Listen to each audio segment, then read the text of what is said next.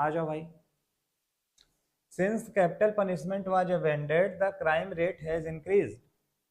तो देखो कई सारी बातें हैं। सबसे पहले ये समझो क्या लिखा है,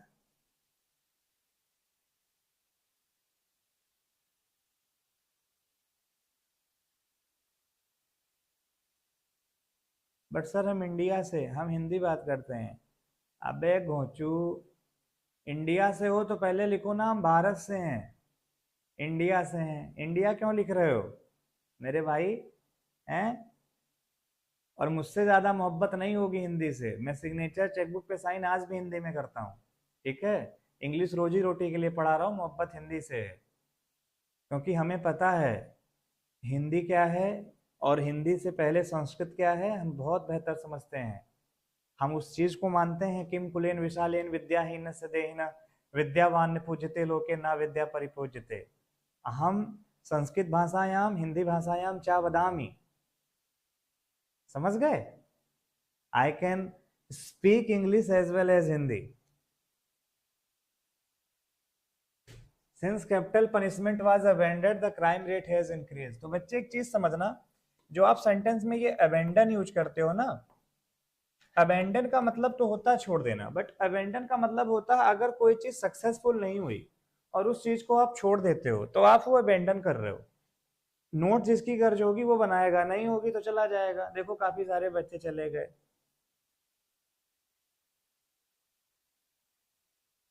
चलो, तो कहने का मतलब क्या है कि जो अबेंडन होता है बच्चे, अबेंडन का मतलब क्या? अबेंडन का मतलब होता है कोई चीज अनसक्सेसफुल रही और उसे आपने लीव कर दिया। जैसे कोई प्लान है, आपने कोई प्लान बनाया, अब वो अनसक्सेसफुल रहा तो आपने उसे लीव कर दिया। जैसे आपने लिखा कि because of poor weather we have to abandon the plan. हमें प्लान को क्या करना पड़ा? अबेंडन करना पड़ा। क्यों करना पड़ा? क्योंकि वेदर बहुत ज्यादा कैसा था? पुअर था। तो वो अबेंडन हो गया। अच्छा, उसके अलावा एक होता है एब्डिकेट। अभी चीजों को समझते चलो। एब्डिकेट क्या होता है? जब आप सिंहासन वगैरह छोड़ते हो ना तो उसे आप एब्डिकेट करते हो, क्योंकि डिक्ट बनता है। ये डिक्ट मतलब होता है ये वर्ड, डिक्ट मींस वर्ड। और उसी डिक्ट से एक वर्ड आपने सुना होगा, डिक्टेटर, तानाशाह। डिक्टेटरशिप, तानाशाही, डिक्टेट करना, इमला बोलना, डिक्ट से ही सुना होगा। डिक्ट से ही वर्ड आपने डिक्शनरी सुना होगा। और डिक्शनरी में अगर आप शब्द खोजते हो तो उसके लिए वर्ड लिखा जाता है लुकअप। क्योंकि लुकअप माने डिक्शनरी में आप शब्द कोई खोज रहे हो। कोई चीज प्रॉपर आप बुक वगैरह में खोजते हो तो आप लुकअप कर रहे हो, ठीक है। और कोई खोई हुई चीज आप अगर खोज रहे हो तो आप लुक फॉर कर रहे हो। और आप अपनी जॉब वगैरह खोज रहे हो तो यू आर लुकिंग अबाउट, देन आप लुक अबाउट कर रहे हो। और कुल मिलाकर के अगर आप किसी को चारों तरफ घूम घूम के देख रहे हो, अगर वो अपनी जगह पे नहीं है तो यू आर लुकिंग अराउंड, तो उसको कहा जाता है लुक अराउंड। तो खोजना के लिए भी सारे वर्ड हो गए। खैर, लुकअप हो गया, लुक फॉर हो गया, लुक अबाउट हो गया, लुक अराउंड हो गया। अभी उसको छोड़ो। अबेंडन क्या था? एब्डिकेट क्या था? डिक्टेटर, डिक्टेटरशिप, सारी चीजें आ गई। अच्छा, एक वर्ड बच्चा होता था इवैक्यूएट।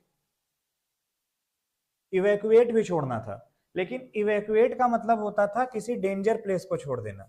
जब आप किसी डेंजर प्लेस को छोड़ देते थे, जो खतरे से भरी हुई जगह थी, तो आप उसे इवैक्यूएट करते थे। मान लो भूकंप आ गया, अब घर गिरने वाला है, तब तो हम रुक के यहाँ पढ़ाएंगे नहीं, सबसे पहले पहले फुर्सत में भाग जाएंगे। तो हमने क्या कर दिया? इवैक्यूएट कर देना।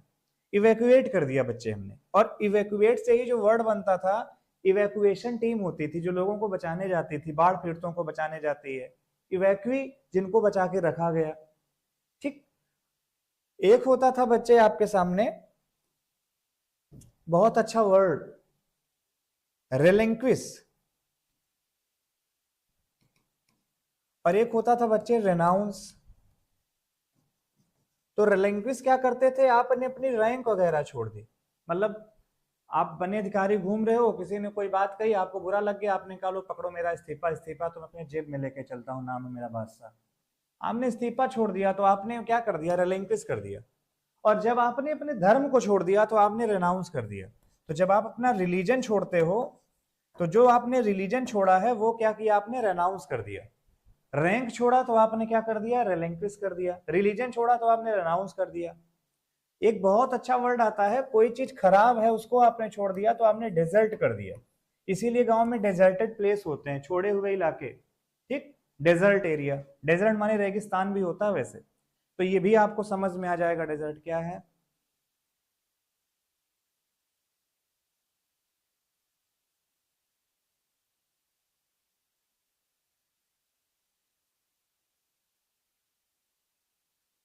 क्या लिख रही है बेटी?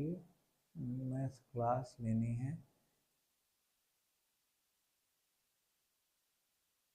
ये बच्चे एक नंबर के घोंचू हैं।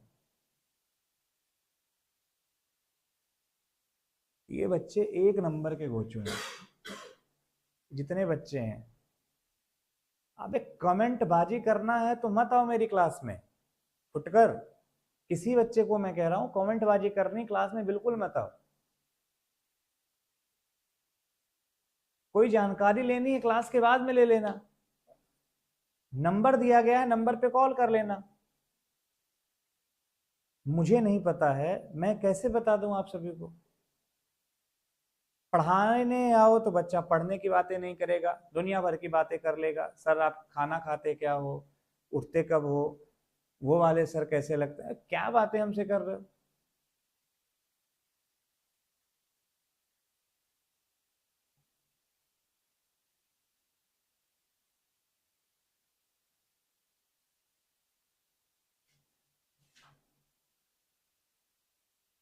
आई अगेन वांट सच स्टूडेंट्स जो क्लास डिस्टर्ब करते हैं, leave my class for the long time, for the whole of your life. आपको लगता है कि सर के अंदर ईगो है? हाँ है मेरे अंदर।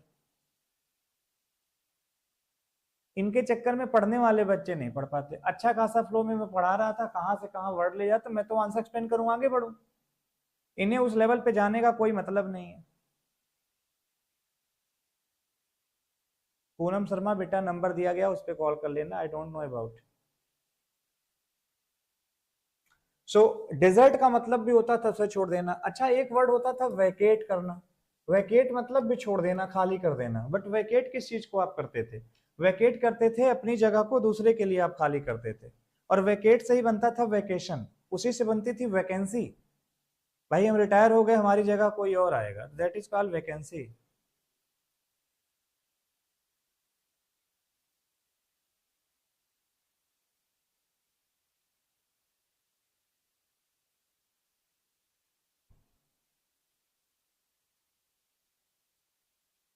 बेटा आप ज्वाइन क्लास करने नहीं आई हो तो इस क्लास में मत आओ। पहली चीज, नंबर कहाँ? अगर आप एक नंबर नहीं खोज सकते हो, वीडियो के डिस्क्रिप्शन में लिंक लगा होगा, वहां नंबर होगा, जाइए और नंबर सर्च करिए। क्लास लेने नहीं आई तो क्लास डिस्टर्ब करने आई हो हैं?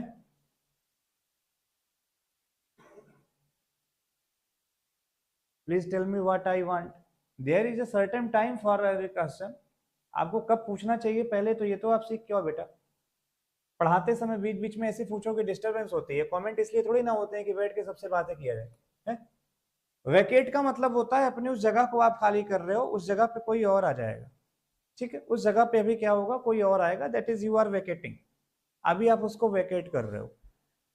अब कुछ चीजों को आप समझिए। ट्रेन में आपने जगह लिया, टिकट लिया किसी का,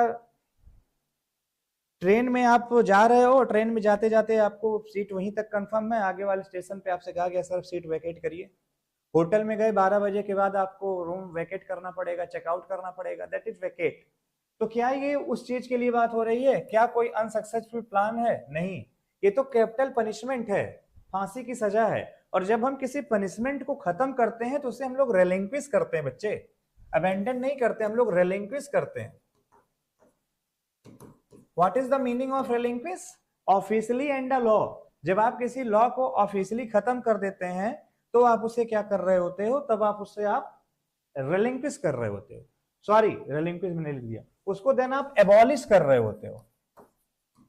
एबॉलिश्ड, रेलिंक्विश तो ये होता है रैंक छोड़ना, तब आप उसे एबॉलिश कर रहे होते हो।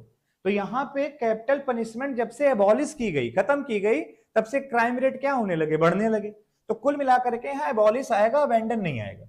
लेकिन बच्चों की आदत क्या है, उन्हें मीनिंग पता नहीं है वर्ड्स का, पार्ट ऑफ स्पीच उन्हें आता नहीं, और वो अंग्रेजी पढ़ने के लिए शौकीन है। अंग्रेजी 4 दिन में कैसे सीखें? कोई यूट्यूबर आता कहता है एक क्लास सब खल्लास। तुम खल्लास हो जाओगे, इंग्लिश नहीं होगी। लैंग्वेज है वो, शिद्दत से सीखना पड़ता है।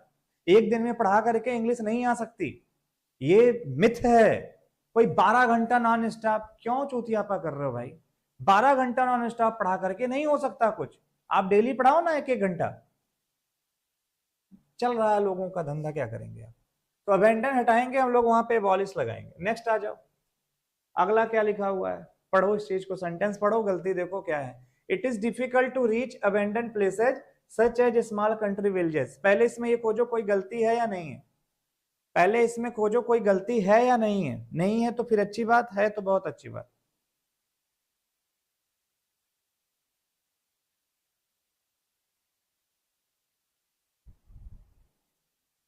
वैसे जो भी सेंटेंस मैं लिखता हूं गलती उसमें होती ही होती है। IUCS ऑफिशियली ऑफ लॉ नहीं, ऑफिशियली एंड लॉ।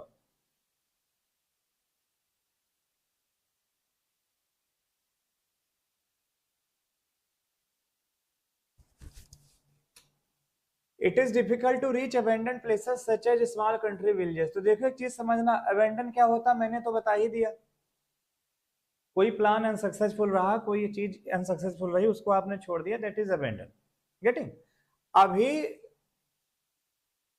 कुछ ऐसी रिमोट, समझते हो क्या होता है, वहां अबेंडन नहीं, वहां रिमोट आएगा। रिमोट प्लेसेस, रिमोट प्लेसेस ऐसे इलाके होते हैं, दूर दराज के इलाके जिनको खोजना बहुत कठिन हो, उन्हें रिमोट कहा जाता है। It is difficult to reach remote places. कुछ रिमोट प्लेसेस होते हैं, आप उन्हें अबेंडन नहीं कहोगे, आप उनको रिमोट कहोगे। तो रिमोट क्या होता है, अबेंडन क्या होता है, दोनों में अंतर पहले समझ लो, ठीक है। तो यहां रिमोट लिखोगे। चलो राज भाई, राज भाई बात आप समझो, मैं जो कह रहा हूं, आज का टीचर मुजरा करने यूट्यूब पर आता है। मैं आपको हकीकत बताऊं राज भाई, I am not crossing my limits, I am just uttering out what ever I get feel. मैं यूट्यूब पे टीचरों को देखता हूं, वो आता है केवल इसीलिए कि वो व्यूज बना के चला जाए। पढ़ाने के इंटेंशन से बहुत कम टीचर आते हैं, बहुत कम टीचर आते हैं। आई एम नॉट सेइंग कि मैं एक टीचर हूं, I am just a guider teaching for competitive exams as well as some aptitude trainings I have been given for the last few years approx.